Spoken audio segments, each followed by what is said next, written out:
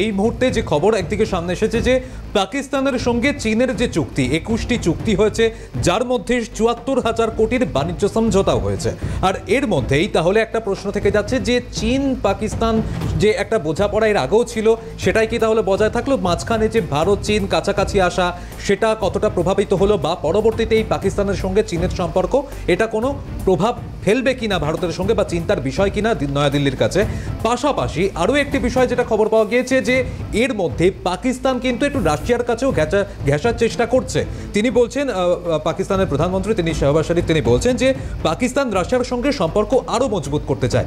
এই প্রসঙ্গ দিয়ে আমি একটুখানি সুভাষিস বাবুর কাছে আসবো। সুভাষিস বাবু, যে এই যে বিষয়টা কিছুদিন আগেও আপনার সঙ্গে যখন কথা হচ্ছিল আপনিও বলছিলেন যে চীনের অবস্থান কখন কোন সময় কোন দিকে থাকতে পারে সেটা কিন্তু বোঝা যাচ্ছে না।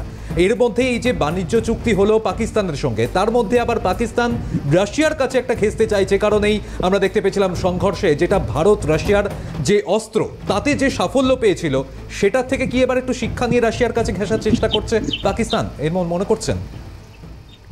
দেখুন, আমরা সবাই বাড়িতে খাসির মাংস খাই। সেই খাসির মাংসের তেজপাতা যতটা গুরুত্বপূর্ণ গোটা পৃথিবীর কূটনীতিতে এবং বাণিজ্যিক ডিসকাশনে পাকিস্তান ততটাই গুরুত্বপূর্ণ। একদম প্রথমে তেলে তাদের পোড়ানো হচ্ছে এবং শেষে তুলে ফেলে দেওয়া হবে। তারপরেও মাটনটা হবে, তারা থাকলেও মাটনটা হবে, তারা না থাকলেও মাটনটা হবে, কিন্তু তারা পুড়লে হ্যাঁ ভাল লাগবে যে আরেকটা আমি মশলা হিসাবে কিছু একটা অ্যাড করেছিলাম, কিন্তু তারা না থাকলে মাটনটা যে রান্না হবে না এরকম নয়। পয়েন্টটা হলো চীনের কনসিডারেবল ইনভেস্টমেন্ট আছে পাকিস্তানে। এই কনসিডারেবল ইনভেস্টমেন্টটাকে ভারতের সাথে ডিসকাস করে যদি একটু মনে করে দেখেন, চীনের ডিপ্লোম্যাটসরা ভারত থেকেই পাকিস্তান ডাইরেক্টলি গিয়েছিল। তার কারণটা হলো যে ভারত থেকে তারা এটা বুঝে গিয়েছিল যে চীনের যে কনসিডারেবল ইনভেস্টমেন্ট আছে পাকিস্তানে, সেটাকে কোনোভাবে অ্যাসিওর করা যে সেটা আমেরিকানাইজেশন না হয়ে যায়। সেটা যদি আমেরিকার হস্তান্তরে সেই জায়গাগুলো চলে যায়, তাহলে কিন্তু এদের পক্ষে কাজ করা প্রায় অসম্ভব হয়ে পড়বে।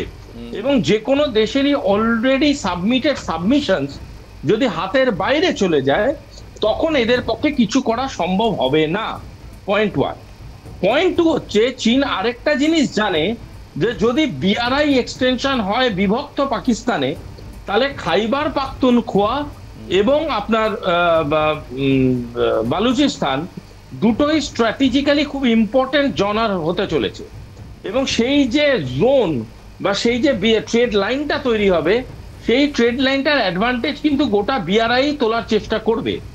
এটা তর্কের বিষয় যে সেই সময় দাঁড়িয়ে পাকিস্তান বলে কিছু অবশিষ্ট থাকবে, নাকি সেটার নাম হয়ে উঠবে শুধুই পাঞ্জাব প্রভিন্স অফ পাকিস্তান, নাকি খাইবার পাখতুনখোয়া এবং বালুচিস্তান আলাদা দেশ হিসেবে নিজেদের এন্টিটি হিসেবে নিজেদের গণ্য করাবে। তো that is a matter to B discussed letter.